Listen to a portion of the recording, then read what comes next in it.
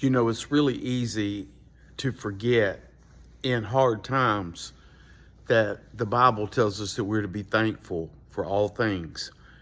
And when we hear of wars erupting in the Middle East and with Russia and Ukraine and pending uprisings even in the Far East, we forget sometimes that we are to thank God in all things, because we understand that He's working things for our good if we are called according to His purposes, as the Bible says. But, you know, in Matthew, Jesus details that all the things that have to come to pass are going to include wars and uprisings and nations rising against nations. And he says that all of these things have to come to pass.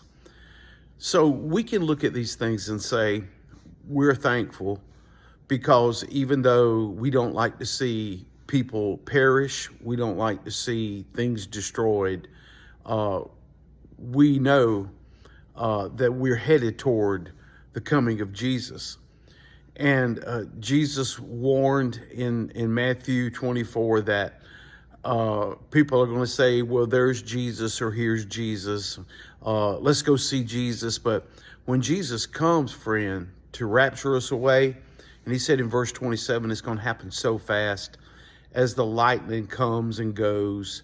That's how fast it's going to be when Jesus takes us out of here. There'll be no time to find him, make things right, because when he comes, it will be too late for that.